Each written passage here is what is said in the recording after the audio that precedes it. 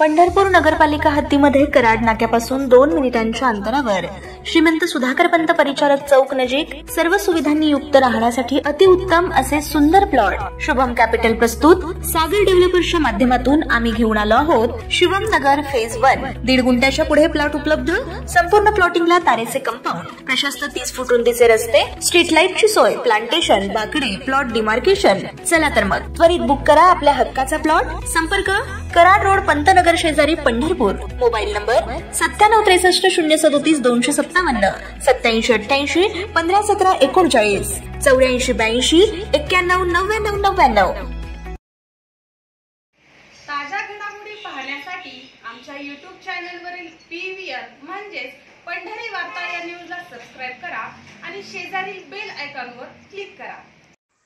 पंढरपूर उपजिल्हा रुग्णालयात उपचारासाठी येणाऱ्या रुग्णांना व त्यांच्या नातेवाईकांना अनेक समस्यांचा सामना करावा लागत असल्याची नाराजी व्यक्त करीत सामाजिक कार्यकर्ते कृष्णा कवडे व त्यांच्या सहकाऱ्यांनी तेथील वैद्यकीय अधीक्षक डॉक्टर महेश सुडके यांना निवेदन देत दखल घेण्याची मागणी केली आहे। उपजिल्हा रुग्णालयात मंदिर समितीने दिलेले पाणी फिल्टर मशीन दुरुस्त करून पेशंटसाठी पाणी पिण्याची व्यवस्था करावी। रुग्णालयातील कोणते डॉक्टर कोणत्या वेळी व कोणत्या वारी येतात त्याचं टाइम टेबल व त्याचे वेळापत्रक नमूद करून रुग्णालयामध्ये लावावे व त्यांचा मोबाईल नंबरही नमूद करावा।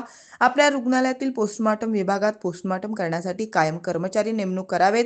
आपल्या रुग्णालयातील काही कर्मचारी रुग्णांना योग्य वागणूक देत नाहीत, त्यांना समज द्यावी आदी मागण्या यामध्ये करण्यात आल्यात।